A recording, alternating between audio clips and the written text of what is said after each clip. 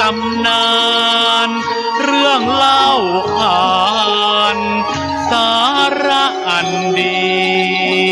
ธรรมะสู่ใจรายการนี้ทุกบทตอนมีศีลธรรมนำใจพระครูประหลัดกิตติพงศ์กิตติโสพโนทานเล่าขานไขทุกทิศทั่วทั่วไทยได้ยินไปให้ยินดีเจริญธรรมทั่วธรณีเจริญดีทั่วถึงกันพระพุทธศาสตร์และวัฒนธรรมอันวิเศษสันนิรันดรเถิดสาธุสาธุ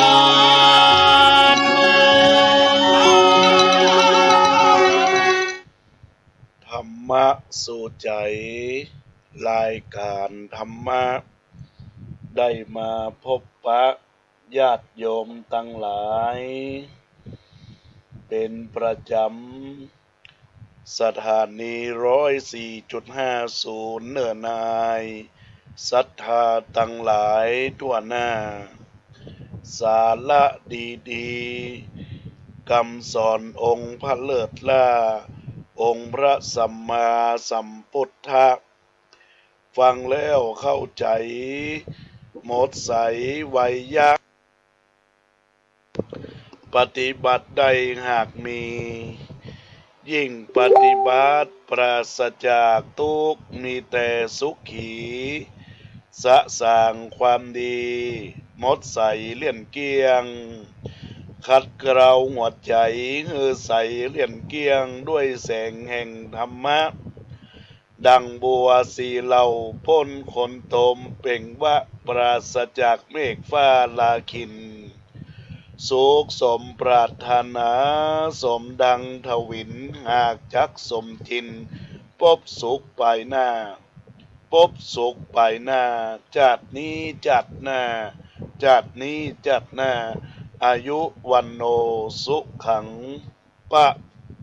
ลังกราบนมัสการถวายความเคารพหลวงพ่อพระครูสมุวิชุวัฒน์วรกิจโจท่านผู้อำนวยการขึ้นสถานีวิทยุ FM 104.50 วัดไฟหินที่เคารพอย่างสูงพระสงฆ์พระมหาเถรานุเถระครูบาอาจารย์เจ้าจุตนจุองค์จุรูปเจริญปอนเจริญธรรมธรรมสวัสดีกับบรรดาศรัทธาสาธุชนพุทธบริษัททั้งหลายทุกท่านทุกคนในวาระโอกาสยามสายในโอกาสวันนี้จะได้นำเข้าสู่รายการธรรมะสู่ใจเพื่อสันติภาพโดยอาตมาภาพพระครูปรัตน์กิติพงศ์กิติโสพโนพระอาจารย์แก่นสำนักวัดสันขยอมวิหารอุโบสถไม้สักทองทรงล้านนา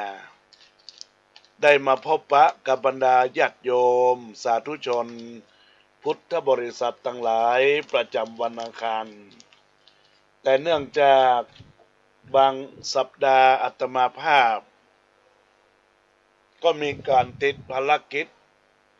ศาสนกิจอย่างสัปดาห์ที่แล้วนี่ก็บรรดาญาติโยมเป็นช่วงห่วงเวลาของกิจการงาน ก็เลยบ่ได้เข้ารายการวันพฤหัสบดีที่ผ่านมาก็ได้ดำเนินการไปกิจการงานศาสนกิจก็เลยบ่ได้เข้ารายการเช่นเดียวกันดังนั้นรายการธรรมะสู่ใจยามสายที่เฮาได้พบปะกันประจำวันอังคารประจำวันพฤหัสบ่ายโมงก็ยังมีอยู่เนื้อญาติโยมทั้งหลายจะไปฟังหนีกันไปทางใดฮือมาได้รับฟังกันในเวลาตามนี้นะญาติโยมคือเวลา9 โมงถึงเวลา10 โมงโดยประมาณบรรดาญาติโยมสาธุชนพุทธบริษัททั้งหลายทุกท่านทุกคนในวาระโอกาสวันนี้จะได้พูดถึงกิจกรรมของทางวัดสันขยอมตำบลสันทรายน้อยอำเภอสันทรายจังหวัดเชียงใหม่ในห่วงเวลาช่วงเทศกาลที่วันพระวันศีลก็มาตรงกับวันเฉลิมพระเกียรติที่ผ่านมาก็ได้มีการถวายพระพรชัยมงคลเพื่อกับบรรดาศรัทธาญาติโยมได้มาร่วมกันเพื่อน้อมเป็นถวายเป็นพระราชกุศลเป็นการปฏิบัติธรรมเฉลิมพระเกียรติศรัทธาญาติโยมก็ได้ร่วมกันในการประพฤติปฏิบัติธรรมในการที่ญาติโยมเราท่านทั้งหลายได้มีการประพฤติปฏิบัติหลักแห่งการสร้างกุศลคุณงามความดีเพื่อเป็นบุญเป็นกุศล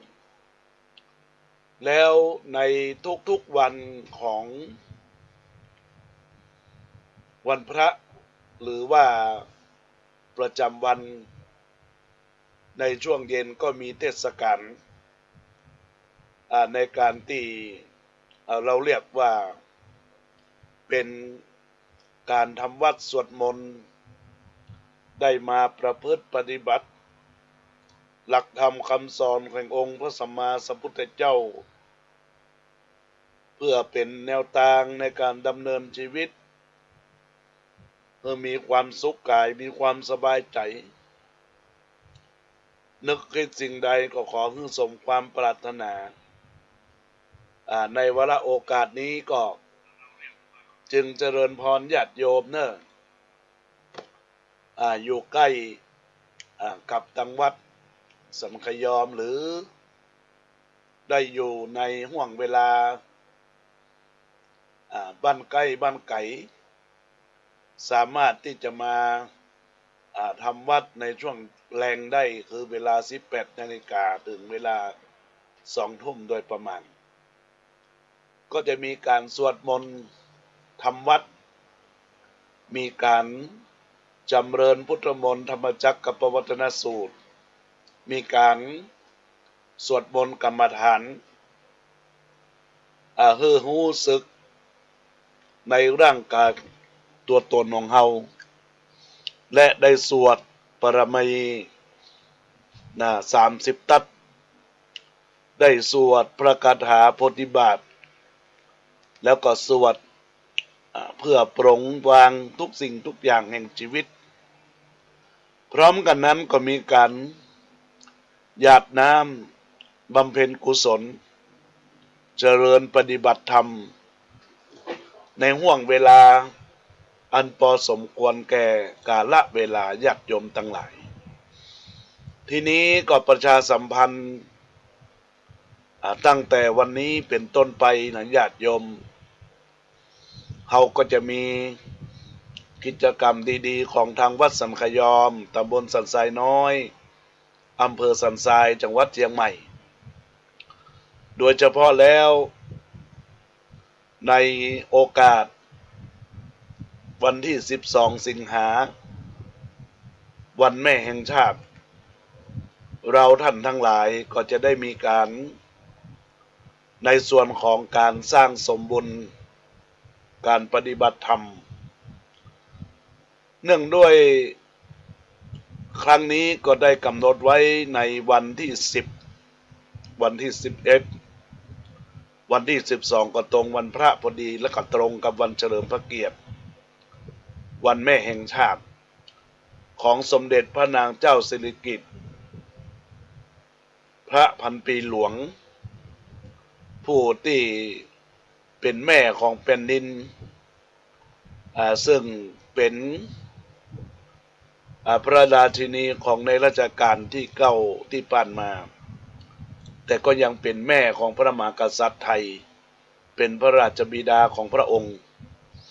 เมื่อเขาเป็นประสบนิกรชาวไทยเขาก็จะต้องมีการประพฤติปฏิบัติในเรื่องของความเป็นพระมหากษัตริย์ในเรื่องของการเป็นผู้ที่จะลงซึ่ง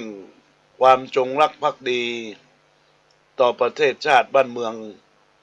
ต่อประชาราษฎร์ตั้งหลายตั้งปวงที่มันเกิดขึ้นในชีวิตของเราเพราะนั้นบรรดาญาติโยมที่รับฟังรายการอยู่ในขณะนี้อยากจะมาร่วมในการปฏิบัติธรรมในวันที่10 11 12ก็สามารถมาปฏิบัติธรรมได้เริ่มวันที่10จะเริ่มเวลาบ่ายโมงครึ่งโดยประมาณและหลังจากนั้นก็จะมีการปฏิบัติธรรมไปทั้ง2 วันแล้วก็วันที่12 สิงหาคม 2567นั้นก็จะมีการทำบุญวันพระญาติโยมก็สามารถไปทำบุญวันพระแล้วก็มาปฏิบัติธรรมหลังจากที่รับประทานอาหารและในช่วงบ่ายเราก็จะมีการประพฤติปฏิบัติในการที่จะได้ถวายเป็นพระราชกุศลแด่สมเด็จพระนางเจ้าสิริกิติ์พระบรมราชินีนาถพันปีหลวงเพื่อเป็นการระลึกนึกถึงยังพระคุณอันประเสริฐที่พระองค์ทรงมีพระกรุณาอย่างยิ่งยวดดังนั้นแล้วญาติโยมกิจกรรมดีๆก็สามารถที่จะมาปฏิบัติธรรมแบบไปกลับก็ได้แบบนอนก็ได้นอนนี่ก็นอน3 วัน 2 คืน2 คืน 3 วันปฏิบัติธรรมนะเมื่อมีกิจกรรมดีๆอย่างนี้ญาติโยมเพื่อเป็นการปลุกฝังบ่มเพาะในธรรมของเราให้ธรรมเรานั้นมันเกิดในใจความโกรธก็จะไม่มีความโลภก็จะไม่มีความหลงก็จะไม่มีในตัวตนบรรดาญาติโยมวันนี้ก็จะได้หยิบยกธรรมในส่วนของลักษณะความดีว่าในส่วนของภาพพจน์ที่บ่ค่อยจะดีงามเกี่ยวกับวงการของนักห่มผ้าเหลืองหรือว่าภายใต้ของการที่เสียภาพพจน์ในเรื่องของผู้ที่อยู่ภายใต้ร่มกาสาวพัสต์ยังบ่จืดบ่จางไปจากหัวใจเพราะได้รับโทรศัพท์และจดหมายถามไทยไปและยังได้แสดงความคิดเห็นไปด้วยต้องขอขอบคุณขอบใจเป็นอย่างมากที่ทุกท่านมีความเป็นห่วงในหลักทางพุทธศาสนาและก็ยังห่วงในการที่ผู้ดำเนินรายการเนี่ยแล้วก็ได้ขอแสดงความยินดีที่ได้มีเหตุการณ์ที่เกิดขึ้นที่เกี่ยวข้องกับชายผ้าเหลืองเกี่ยวกับภายใต้ร่มกาสาวพัสต์ทั้งหลายทั้งปวงเพื่อพระพุทธศาสนาของเรามีความเจริญรุ่งเรืองสืบต่อไปและเพื่อให้การประพฤติปฏิบัติของ ต้านได้ถูกต้องและได้ผลจึงขอยกเอาพระพุทธพจน์บทหนึ่งมาเป็นข้อในวันเวลาที่กล่าวไว้ว่าวิจัยทานังสัตตปภัสสถังแปลว่าพระสุขตะหรือว่าพระสุคตทรงมีการสรรเสริญการเลือกนะพุทธพจน์บทนี้มีความหมายมากสำหรับเฮาท่านทั้งหลายเพราะคนในสังคมปัจจุบันนี้ความเป็นผู้มีสัจจะเป็นสิ่งที่หาได้ยากความเป็นคนที่มีความจริงใจหาได้ไม่ง่ายนักในญาติโยมสาธุชนทั้งหลายเนื่องด้วยเหตุการณ์ที่มันเกิดขึ้นนั้นเป็นลักษณะของตัวตนมีแต่คนคนเดียวเนี่ยญาติโยมทั้งหลายความเป็นที่เรียกว่าความเป็นคนที่มีความจริงใจหาได้บ่ง่ายนักมีแต่ความตลบตะแลงเป็นปล้นหลอกลวงเป็นส่วนมากคนคนนั้นเดียวมีแต่หลายหน้าหลายตาญาติโยมหลายฉากความหันเหเล่กระแท้ของเฮามันมีมากตามปกติคนเหล่านั้นมีหน้ามีฐานะที่จะต้องอยู่ร่วมกันเสมอไปจะได้ด้วยฐานะใดฐานะหนึ่งมีการร่วมสำนึกร่วมสถาบันร่วมบริษัทสำนักงานอยู่ในเขตของตนในแคว้นในจังหวัดในประเทศญาติโยมทั้งหลายและอยู่ในครอบครัวในสังคมร่วมกันเมื่อมีการอยู่ร่วมกันอย่างนี้ความประพฤติปฏิบัติอุดมคติทัศนคติก็ย่อมไม่เหมือนกัน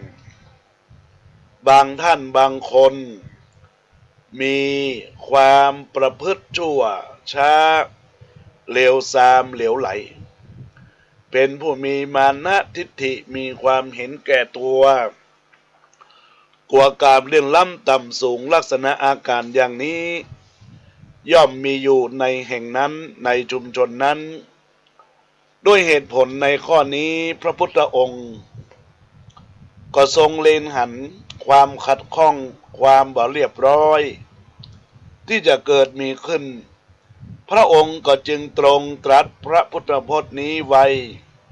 คนเราเมื่ออยู่ร่วมกันในสังคมนี้โดยเฉพาะสังคมส่วนกว้างๆเราจะฮืออันหยังกับไขต้องคิดหน้าคิดหลังจะฮือวัตถุสิ่งของจะฮือความเมตตาอารีอารมณ์จะฮือมีความเคารพนับถือจะทำบุญฮือทานแก่ใครๆเราต้องมีการเลือกมิใช่ว่าจะสุ่มสี่สุ่มห้าปิดหูปิดตาฮือดะไปอย่างนั้นผู้ที่รับของเราไปผู้ที่เราเคารพนับถือจะมีอย่างไรก็มีการสนใจฮือดูฮือลึกบ่ศึกษาฮือละเอียดบ่ไตร่ตรองฮือรอบคอบแล้วอันอย่างมันจะเกิดขึ้นกับเราสิ่งที่มันจะเกิดขึ้นแก่เราก็คือความผิดหวังความบ่มีผลไม่มีประโยชน์ความเสื่อมและความไม่สบายใจนั่นเองเพราะนั้นเมื่อเราทำอันอย่างลงไปญาติโยมตามปกติวิสัยของคนเราเนี่ยต้องคิดไว้เพื่อให้ได้มาซึ่งสิ่งที่เราหวังไว้ทำอันอย่างลงไปเพื่อให้ได้ผลไปในทางดีทำอันอย่างลงไปเพื่อให้มีความสุขความเจริญแก่ตนเอง แก่ชาติบ้านเมืองแก่พระศาสนาตลอดถึงเพื่อความสุขทางใจความสุขทางใจเราหวังกันได้อย่างนั้นแต่เราต้องฉุกคิดตรงนี้สักนิดว่าเราทำอะไรอย่างไปนั้นมันถูกที่ถูกเวลาถูกบุคคลและถูกดีเปล่าถ้ามันถูกทีถูกที่ถูกดีถูกกาลเวลาถูกบุคคลแล้วทุกอย่างจะบ่มีปัญหาเลยสาเหตุที่เกิดความวุ่นวายญาติโยมก็เพราะว่าบ่ได้คำนึกถึงหลักที่พระพุทธเจ้าทรงวางไว้ว่าคำโบราณที่กล่าวไว้ว่าคิดว่าบัดตันนั่งจะไปฟังเหยียดแข่งเข้าเปลือกบัดตันแห้งจะไปฟังขายงัวควายบัดตันตายจะไปฟังปัดจินยังบัดตันที่จะรู้ถึงความตื้นลึกหนาบางของคนคนนั้นก็ทอดสะพานฮื้อแล้วรู้จักกันบ่มีกี่วันกี่เดือนถือเป็นเพื่อนที่สนิทเห็นคนโกรนหัวโกนคิ้วนุ่งเหลืองห่มเหลืองเข้าใจว่าเป็นพระเป็นเนรไปเสียหมดข้างนอกสุขใสข้างในก็เป็นตะละติ้งนงเป็นโพงนะญาติโยมยังไงก็บอกฮู้การที่เฮาเลือกจึงเป็นสิ่งที่ดีที่สุดเป็นที่พระพุทธเจ้าทรงวาง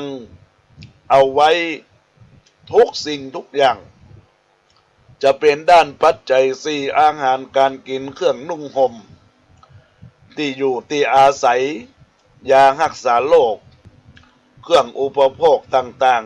ๆเราต้องมีการเลือกสรรปันส่วนว่าอย่างไหนดีอย่างไหนบ่ดี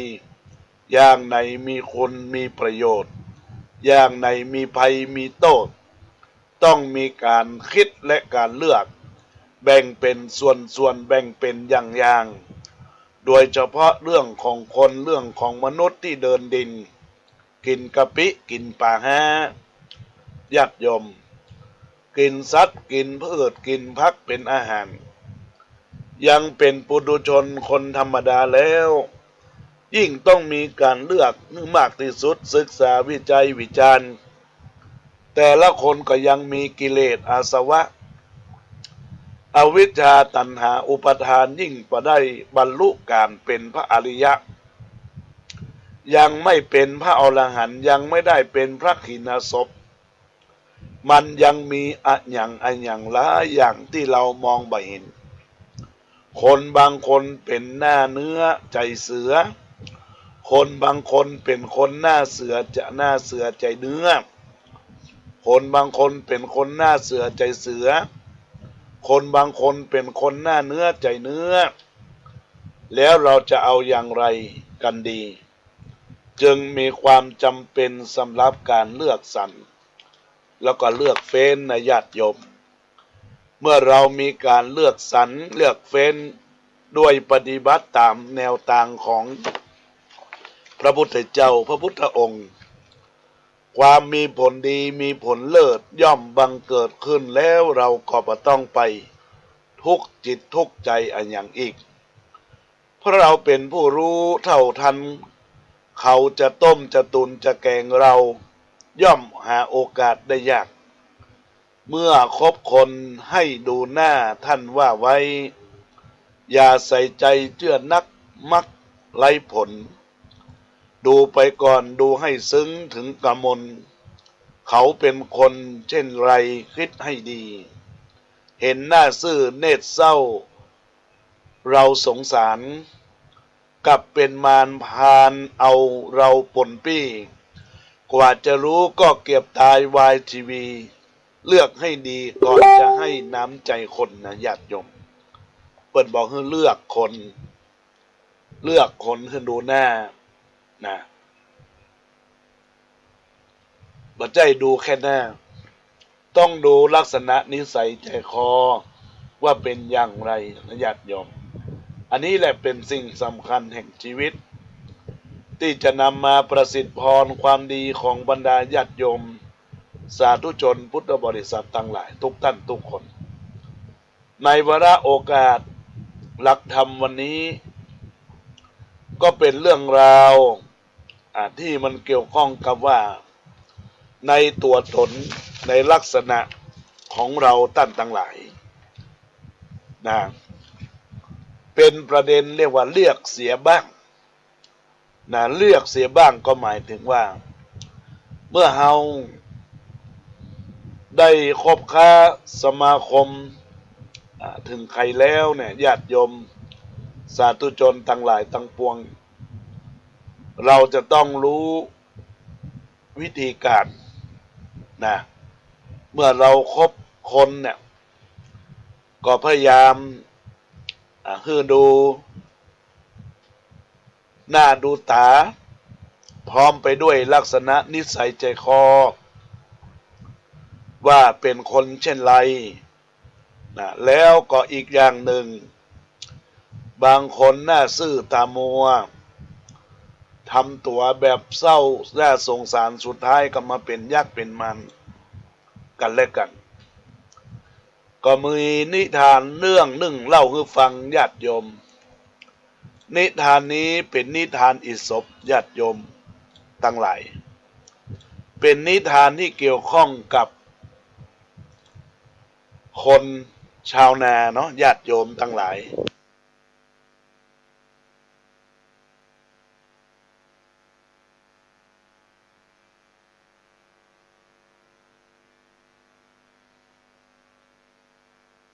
ในตัวตน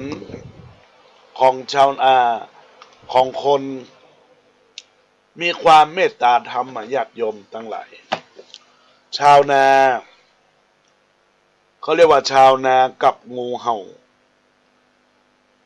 ชาวนาก็เห็นงูตัวหนึ่งตัวน้อยมอกงามมอกดีแต่เป็นเชื้องูเห่าญาติโยมหันมันกำลังนอนอยู่ดีๆรู้สึกจะเจ็บจะป่วยหรือว่าจะตัวน้อยหรือว่าไปได้รับอาหารจากแม่ของตัวเองหรือเปล่าเจ้านาคนนั้นก็หยิบเอางูซึ่งเป็นเชื้อชาติของงูเห่าญาติโยมทั้งหลายเอาไปฟูมเอาไปฟักเอาไปเลี้ยงจนใหญ่มามอกพอให้พอดีมอกเกิงกลางตัวใหญ่นะญาติโยมแต่ก็บ่ใหญ่เท่าใดปรากฏว่าในห่วงเวลาที่เคยเลี้ยงมาเนี่ยจะอุ้มงูเห่าได้คุ้นกับงูเห่าแต่ปรากฏว่าพันธนาการที่มันเกิดขึ้นหลังจากที่มันโตขึ้นมาในญาติโยมมันก็มีงูมันก็มีพิษเข้ามาแล้วก็ทำการชกชาวนาซึ่งเป็นเจ้าของเป็นคนเลี้ยงดูมาญาติโยมทั้งหลายเนี่ยเจ้านาก็ถูกงูชกถูกงูกัดนะซึ่งก็บ่มีญาติอยู่ที่หั่นก็ปรากฏว่างูตัวนี้ก็เลยต้องทำการฆ่าเจ้านาคนนี้ก็ต้องเป็นความตายไปเหี่ยญาติโยมเพราะพิษงูนี่แหละญาติโยมทั้งหลายเพราะว่างูมีพิษก็ให้ระวัง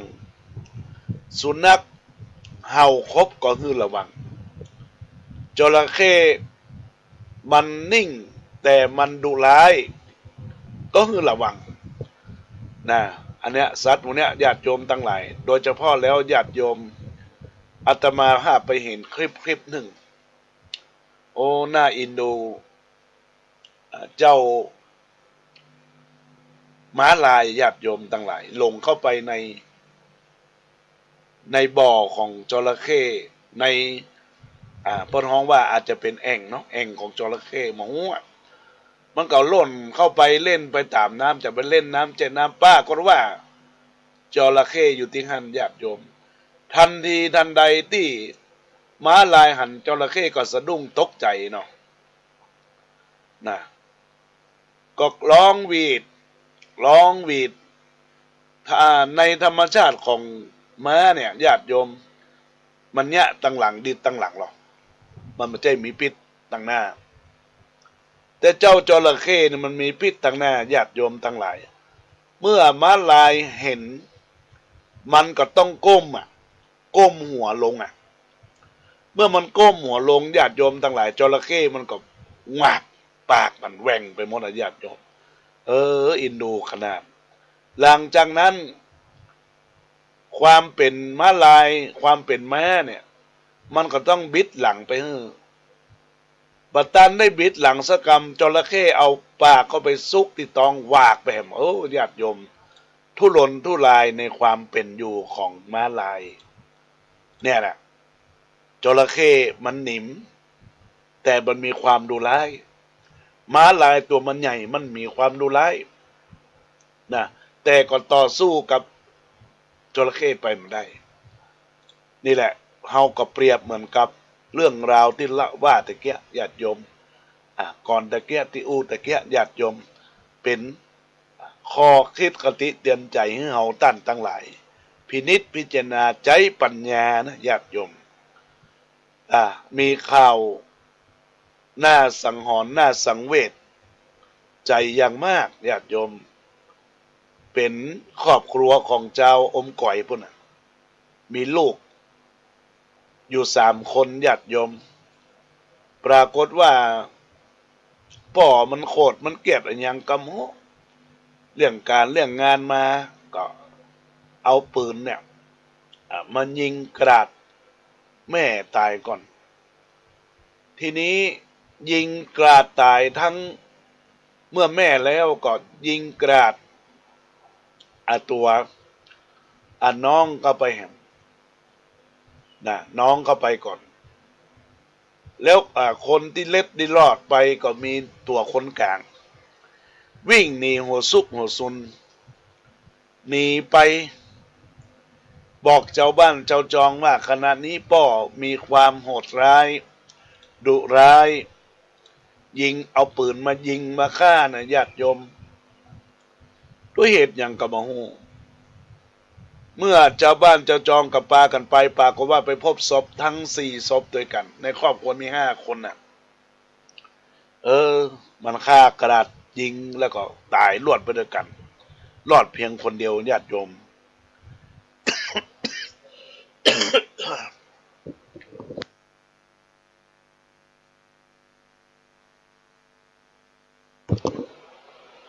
ก็รอดเพียงคนเดียวญาติโยมทั้งหลายต้องกำพร้าหน้าเศร้าเนาะไปปอพี่น้องแม่ป่อกับมาตายก็คงจะเป็นภาพที่เรียกว่าลำบากอกลำบากใจเป็นที่ว่าสังหรณ์ใจสังเวชใจญาติโยมทั้งหลายทีนี้เนี่ยบรรดาญาติโยมในลักษณะนี้สังคมไทยเนี่ยมีความคิดมีความเปลี่ยนแปลงหลายอย่างหลายประการการเปลี่ยนแปลงความคิดการเปลี่ยนแปลงวิธีการเป็นอยู่ทุกอย่างทุกประการนั้นญาติโยมมันมีสาเหตุจะใดโดยเฉพาะแล้วเรื่องของเทคโนโลยีนวัตกรรมโทรศัพท์เนี่ยสำคัญเรื่องของเกมเรื่องของอย่างต่างๆบางคนก็ว่าจะไปโทษเกมแบบโทษได้ญาติโยมแต่ว่านี้มีละอ่อนคนหนึ่งพ่อแม่ก็พากันมาทานกันเข้าก็ปรึกษาในทางดีว่าเด็กคนนี้เนี่ยอารมณ์ร้อนจะจะใดดีคือการที่อารมณ์ร้อนชอบบูลลี่คนอื่นชอบบีทาผู้อื่นเนี่ยอาตมาภาพก็ว่ามันก็มาจากเกมนะโยมมันมาจากวิธีการทักษะของเกมที่มันเกิดขึ้นทำให้เป็นอันนี้แต่ว่าเราจะต้องเป็นพ่อเป็นแม่จะต้องตักต้องเตือนปรามเขาบ่ค่อยฟังพ่อฟังแม่ตัวใดแต่ สิ่งที่จะช่วยเขาได้นั้นนะก็ต้องใช้หลักการวิธีการอาตมาภาคก็แนะนำไว้วิธีการทางพุทธศาสนามีอย่างนอกเสียจากว่าทำสมาธิเจริญจิตปฏิบัติธรรมค่อยๆกล่อมเกลาจิตใจอาจจะกลับกลายมาเป็นคนดีอาจจะกลับกลายมาเป็นคนที่บ่เคยก้าวร้าวที่เคยก้าวร้าวอาจจะบ่ก้าวร้าวที่เคยบูลลี่เปื้อนอาจจะมองผิดเห็นถูกก็ได้อันนี้ก็เป็นการแนะนำในญาติโยมและท่านทั้งหลายแต่แล้วการแนะนำถ้าพ่อแม่รังแกลูกหรือว่าพ่อแม่รังแกฉันเนี่ยที่ว่าเนี่ยนะมันก็จะเป็นสิ่งที่คนเรามีความนึกคิดที่มาเหมือนกันความนึกคิดที่มาเหมือนกันนั่นก็คือเลี้ยงเอาอกเอาใจเลี้ยงโดยการใส่ใจโดยไม่มีคุณธรรมไปมีแต่ความรักมอบให้มีแต่ความรักมอบให้แต่สิ่งดีๆมามอบให้มันก็บ่เป็นประโยชน์นะญาติโยมดังนั้นญาติโยมและท่านสาธุชนและท่านทั้งหลายจึงเป็นผลที่เราเรียกว่าเป็นลักษณะของความเป็นอยู่ของชีวิตจะต้องแก้ด้วยการใช้ศีลธรรมอ่านธรรมเพื่อถูกบอกเพื่อถูกนะสิ่งนี้มันแก้ได้ญาติโยมทั้งหลายเมื่อมันมีปัญหามันต้องแก้ได้แต่ถ้ามันมีปัญหาไปจนปะแก้มันก็อยู่อย่างเก่าเหมือนเดิมมันก็ภูมิพักในชีวิตของตนเพราะนั้นก็ขอฝากกับบรรดาญาติโยมอุบาสกอุบาสิกาท่านทั้งหลายสารธรรมที่นำมามาจานั้นก็คงจะเป็นวิธีการที่สามารถบอกออกทางถูกนะสามารถบอกออกทางถูกคือได้เกิดเป็นวิธีการนะแล้วในชีวิตของคนเราเนี่ยญาติโยมสิ่งสำคัญเราจะต้องอ่อนน้อมถ่อมกายนะอ่อนน้อมถ่อมกายนี่เป็นสิ่งสำคัญ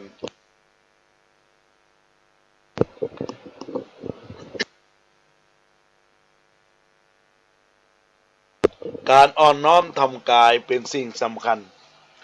จิตใจต้องอยู่ในสภาพในสภาวะความซาบซึ้งใจตัวตนผู้คน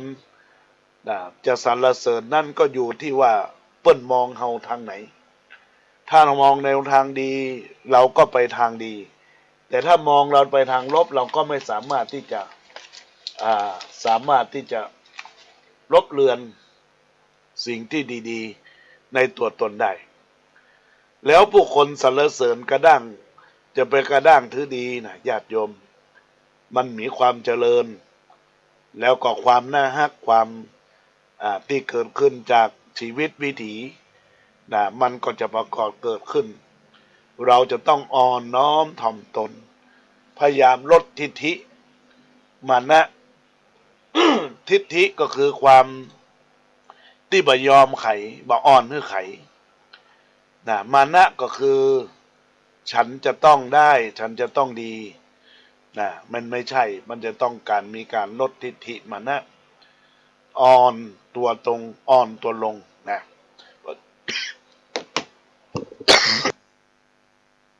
เพราะฉะนั้นก็ขอฝากสิ่งดีๆกับบรรดาญาติโยมสาธุชนทั้งหลายทั้งปวงที่ได้ตั้งอกตั้งใจรับฟังในวาระโอกาสค่ำในโอกาสวันนี้ก็ได้อุจาหลักธรรมมาหลายเวลาหลายนาทีแล้วญาติโยมตอนนี้ก็คงจะกลับเข้าสู่การทักทายญาติโยมสาธุชนพุทธบริษัททั้งหลายทุกท่านทุกคนในวาระโอกาสที่บรรดาญาติโยมได้รับฟังอยู่ขณะนี้สิ่งสำคัญแล้วเราจะต้องตั้งอยู่ในสติเพิ่นบอกว่าในปัจจุบันเนี่ย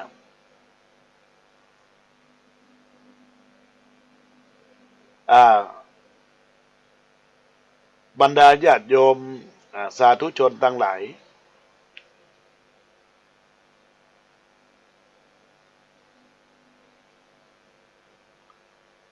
ในลักษณะของความเป็นอยู่ในชีวิต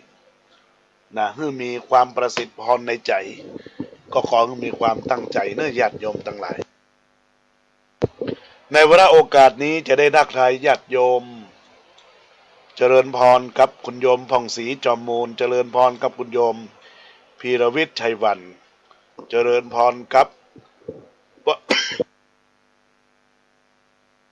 ป้อนานอินสมนาเตปินตะปินเนาะในโอกาสนี้ก็อนุโมทนาขอบคุณยังกุศลเจตนาของท่านมาโดยตลอดนะในวาระโอกาสที่ได้ร่วม ได้ร่วมบุญละอย่างพ่อนานอินสมเตปินอนุโมทนาขอบคุณได้ทักทายมาไหว้สาท่านเจ้าพระครูจันทสรการเจ้าวาดวัดต้งเหมือนน้อยประธานหน่วยอบรมประชาชนประจำตำบลหนองหานเจริญพรแม่ครูประภัสสรเล็กธรรมรงเจริญพรครับคุณโยมปินชริยานิติประสาทเจริญพรกับคุณโยมแก้วดวงตาธิดาเทพ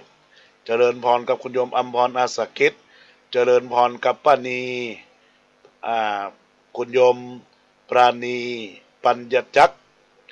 คุณโยมแม่เพ็ญศรีแล้วก็แม่หลวงแสงจันทร์บุญธรรม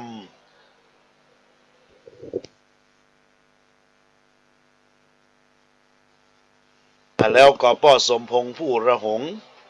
เจริญพรกับคุณโยมแม่ไพลินขันธนาเจริญพรกับคุณโยมพิมพ์ทองไข่โตะเจริญพรกับคุณโยมไพลินได้ตักตายว่าสบายดีก็สบายดีอยู่เนาะรักษาสุขภาพอยู่ตลอดเวลาช่วงนี้มันฝนมันตก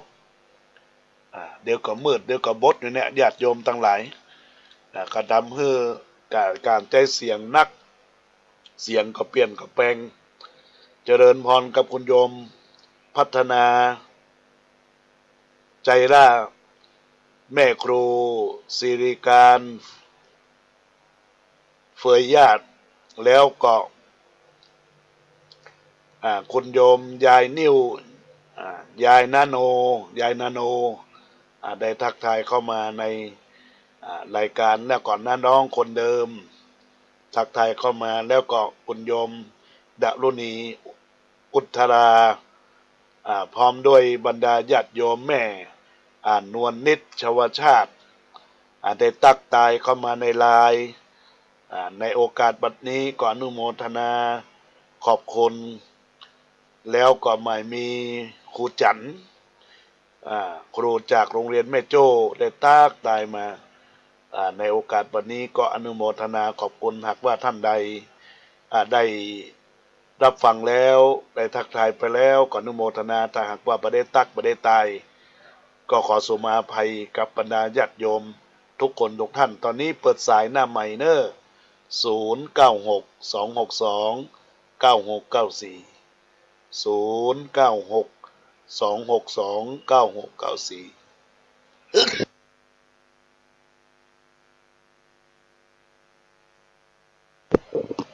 ก็ต้องขออนุโมทนาขอบคุณครับ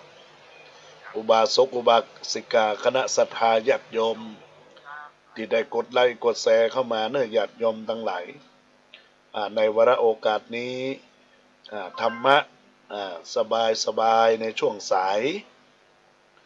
พบปะกันประจำวันอังคารตั้งแต่เวลา9 โมงถึงเวลา10 โมงโดยประมาณในโอกาสที่บรรดาญาติโยมสาธุชนพุทธบริษัททั้งหลายที่ได้รับฟังรายการในโอกาสวันนี้ก็เป็นกุศลเป็นผลเป็นบุญที่จะก่อเกิด ซึ่งความสุขความเจริญในหน้าที่กิจการงานทุกสิ่งทุกอย่างหากว่าท่านได้นึกคิดสิ่งใดก็ขอให้สมความปรารถนาอย่างยิ่งรักยิ่งใหญ่คือรักแท้ที่แม่นักรักที่ดีได้ประจักษ์คือการให้จากแม่รักร่วมมือร่วมแรงและร่วมใจ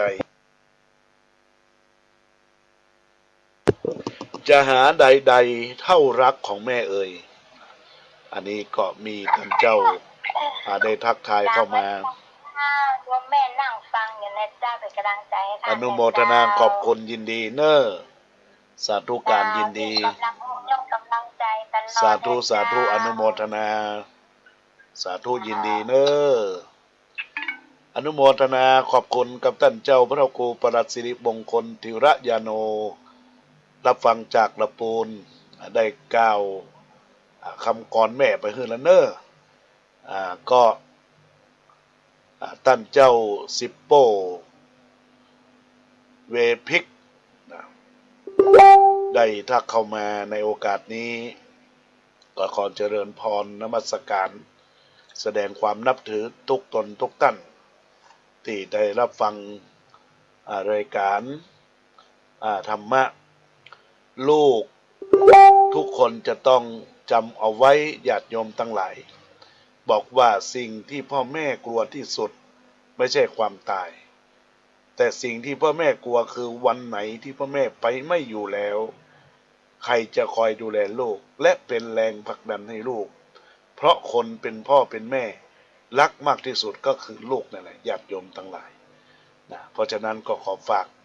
กับบรรดาญาติโยมสาธุชนพุทธบริษัททั้งหลายทุกคนทุกท่านที่ได้ตั้งใจรับฟังรายการธรรมะเพื่อสันติภาพในหัวอกหัวใจของบรรดาญาติโยมสาธุชนพุทธบริษัททั้งหลายอนุโมทนาขอบคุณกับคุณโยมแม่วาสนากันทวีได้ทักทายเข้ามาเอื้อนเอ่ยใน Messenger อนุโมทนาขอบคุณในโอกาสนี้จะได้ประกาศเนื้อญาติโยมไข่หากอยากเป็นเจ้าภาพกันเทศกันทำในทำปื้นเมืองเทศในวันศุกร์ประจำขึ้น96ประจำวันศุกร์เวลาบ่าย3 โมงถึง4 โมงอาตมาภาพปีนี้ได้จัดทำเรื่องจันทฟองสมุทรก็มีญาติโยมได้รับเป็นเจ้าภาพตอนนี้เหลืออีกประมาณ4 ผูกเนอะ4 กันญาติโยมก็แล้วแต่จิตเจตนาของคณะศรัทธาญาติโยมจะรับเป็นเจ้าภาพอุทิศบุญกุศลไปถึงยังผู้วายชนหรือผู้ล่วงลับไว้กับตนกับตัวไว้ไปปักหน้าตามไปหาพวกเกิดมันเกิดก็ได้ธรรมะแต่ญาติโยมจะรับเป็นเจ้าภาพอาตมาภาพก็จะเทศในวาระในโอกาสที่เรียกว่าประจำวันศุกร์เวลาบ่าย3 โมงถึง4 โมงก็ขอให้ญาติโยมสาธุชนทั้งหลายได้รับเป็นเจ้าภาพได้ติดต่อได้ที่อาตมาภาพเบอร์โทรศัพท์096 262 9694ซึ่งทุกสัปดาห์นั้นก็มีคนโยมแม่แสงล่าขันแก้วธงลักษณ์ซึ่งเป็นเจ้าภาพตลอดทั้งหมดเนี่ย12 ผูกนะผูกละ200เนาะเพิ่นก็ได้มาเป็นเจ้าภาพแล้วทำมาเทศนาผูกนี้ที่เป็นเจ้าภาพใหญ่ที่ในดำมาเทศนั่นก็มีแม่คนเท่าบ้านบวกกลางญาติโยมทั้งหลายได้เป็นเจ้าภาพ ในโอกาสนี้ญาติโยมท่านใดอยากจะร่วมเป็นเจ้าภาพเจ้ากันอยากจะร่วมทำบุญก็เจริญพรในโอกาสนี้ก็ขอเจริญพรญาติโยมสาธุชนทุกคนทุกท่านได้เป็นบุญเป็นกุศลกับการที่ได้จะร่วมกันเป็นเจ้าภาพในโอกาสนี้อนุโมทนาขอบคุณเป็นอย่างยิ่งในโอกาสวันนี้ก็คงจะเป็นช่วงท้ายสุดของรายการแล้วเนอะญาติโยม อัตมาภาพก็ขอออกจากรายการไงก่อนฝากบุญกุศลไว้กับบรรดาญาติโยมเฮาอำนาจแห่งคุณพระศรีรัตนตรัยอันมีคุณพระพุทธอันมีคุณพระธรรมอันมีคุณพระสงฆ์จงช่วยปกปักคุ้มครองรักษาศรัทธาญาติโยมสาธุชนพุทธบริษัททั้งหลายในโอกาสนี้ก็ทักทายไปยังคุณโยมแม่วไลติบแก้วได้ทักทายเข้ามาในโอกาสนี้ด้วยบุญด้วยกุศลก็ขอเจริญพรอายุวันโนสุขังปะลัง